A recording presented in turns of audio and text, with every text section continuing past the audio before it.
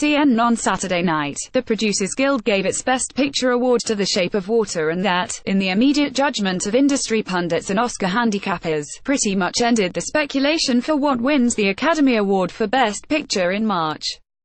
So, of course, the Screen Actors Guild followed in kind by presenting its top award, Best Cast in a Motion Picture, to Three Billboards Outside Ebbing, Missouri.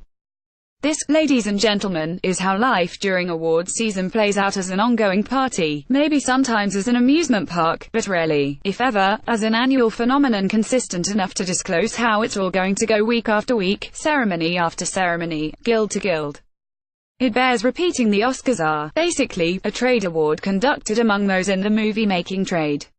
Whether you like a movie better than another doesn't matter. The Oscars are awards judged by peers and awarded to peers, whether they're sound engineers, set designers, writers, editors, directors, producers and, of course, actors. The only Oscar everybody votes on, apparently, is Best Picture. So what have we learned this weekend?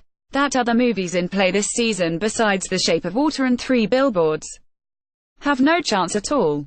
That Lady Bird, Get Out, The Post, Dunkirk, I, Tonya, The Big Sick, Call Me By Your Name and others are now out of the picture entirely. Maybe. But if past history is any guide, especially as far back as a year ago, probably not.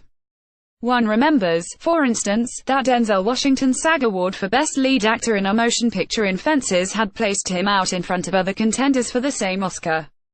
Who did the Oscar go to? Casey Affleck for Manchester by the Sea. And let's not even go to the 2016 Best Picture Oscar, which, you may recall, was so much in the air despite La La Land's seemingly insurmountable lead, that there was doubt even after the envelope was opened that night.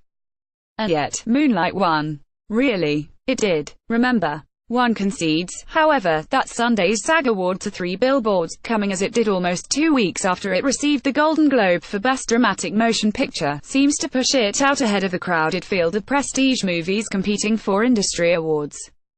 And yet, writer-director Martin McDonagh's mordantly funny and, yes, impeccably acted story of an embittered mother, Frances McDormand, a SAG winner last night for Best Lead Actress in a Motion Picture, who goes to any length in pursuit of justice for the rape and murder of her daughter, has in recent weeks collected some less than flattering chatter about what its critics say is the facile way it treats the issues raised in its narrative.